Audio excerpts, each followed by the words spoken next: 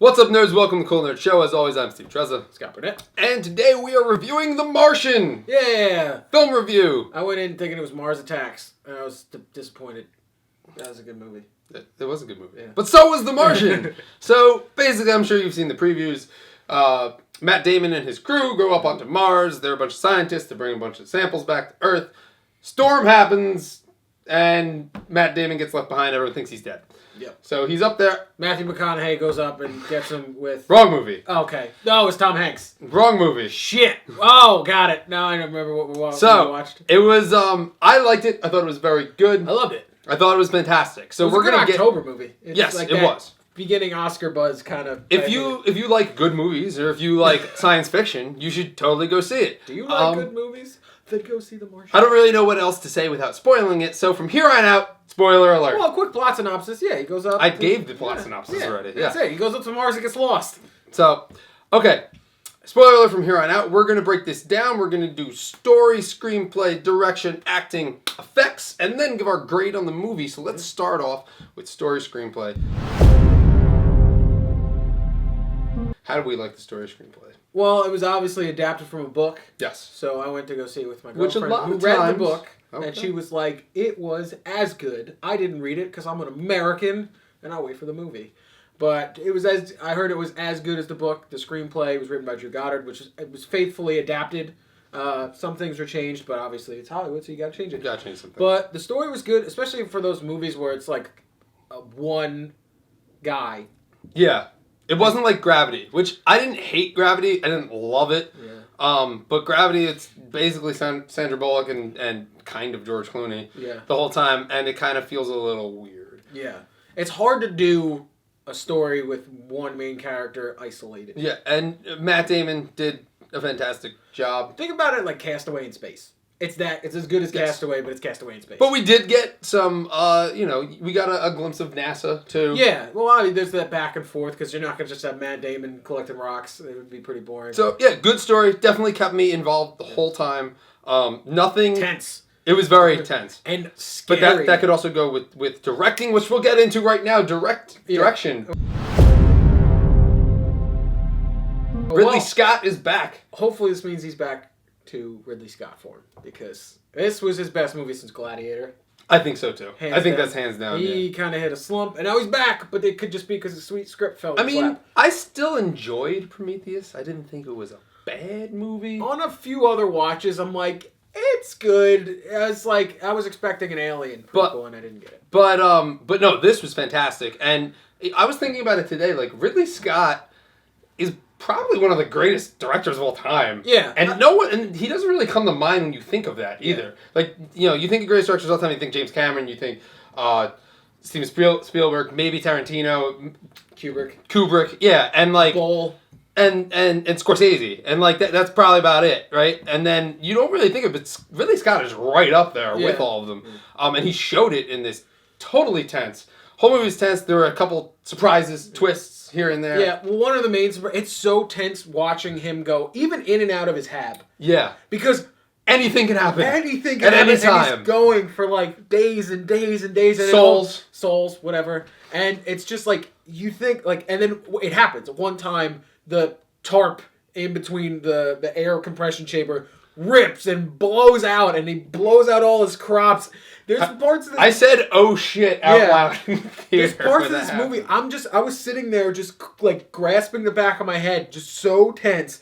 There's moments in the beginning of the movie, the middle of the movie, and the end of the movie where you're just on the edge of your seat and you kind of forget you're in a theater, which is the hallmark of a great movie is when you're so invested in it that you don't care about the people around you. You're just like, fucking shit's just happening right now.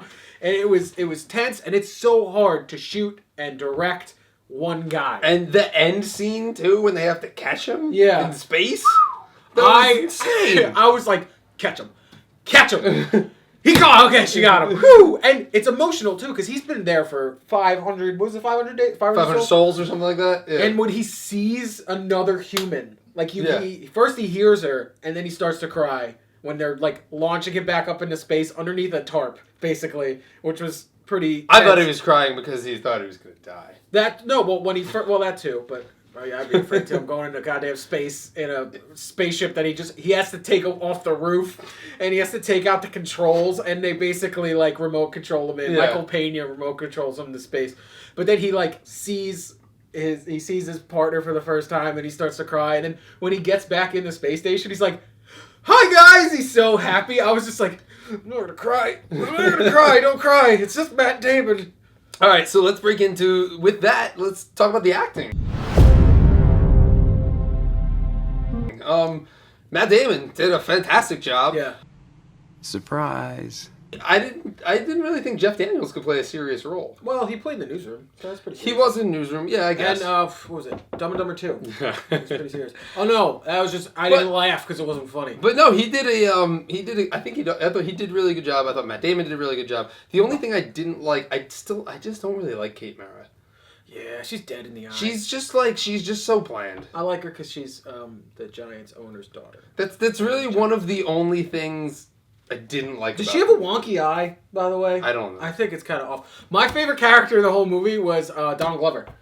Yeah, Donald Glover did a good job. Yeah, the bumbling scientist. He was great. But just the fact that Matt Damon can pull off one of these, like, alone on a planet. Definitely his best role. Yeah, you know he can act. Like, I mean, I think his last serious acting was, what?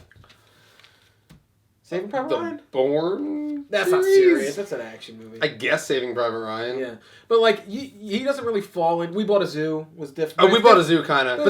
But that's like bubbly serious. Yeah. He showed his acting chops. Actually, one of my favorite scenes is where he's just eating potatoes all the time, and they have to ration his food because it's taking so long for them to get supplies up. So he's like, "I'm gonna dip this potato in crushed Vicodin, and no one could stop me." Like it was heartfelt and funny, intense, and it was great. It was a great job. He ran out of ketchup. Yeah, yeah. It was so tense and sad that they had to make you laugh, otherwise it'd be a depressing movie. I think Matt Damon did a good job delivering that. I think he did too. Yeah. All right, so audiovisual effects.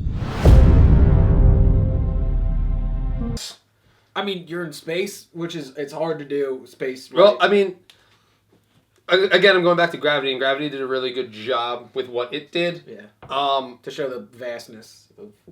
I think it's right up there with it. I think in terms of audio, I think Gravity was a little bit better. Yeah. But visual effects, I think they're neck and neck. Yeah. If you've seen Gravity, it's the same type of shit. There wasn't much to it. It's like they filmed it in the desert and made it look like Mars. Yeah. But like... Put a red tint over it. Yeah. But there wasn't much they could fuck up, but the way that they made the hab and when the hab blew out and how they showed the vast differences in temperature in Mars, was shot really well. The visual effects were good. I mean, you don't go to see The Martian for the visual effects. I heard it's good in 3D IMAX, but I don't want to watch a 2.5-hour movie with glasses on my face. I don't mind 3D, but I saw it in regular 2D. Yeah, so it's definitely a spectacle movie to go see in the theater. Don't wait for it to come out. Go spend your money. Go spend the $13 and see it in the theater because you get to. It's worth it. It is definitely worth it. It might be worth two. It might even win Best Picture. Honestly, it's definitely going to get nominated. Yeah, it's totally going to get be nominated. Up there. I think Ridley Scott should win Best Director, but then again, I haven't seen any of the other Oscar buzz movies. I haven't seen Black Mass, and I haven't seen We're still a little off. I don't think Black Mass is going to. I don't think it'll get nominated. Yeah. But anyway, that's a different show. Anyway, that's basically what we thought. So let's give it a grade. What did you 1 to 10 scale? What do you think? I loved it. The Martian. I think 9's too close to perfect for it, so I'm gonna give it an 8.5. Really? I'm gonna give it a 9.5. Really? Yeah, I thought it was fantastic.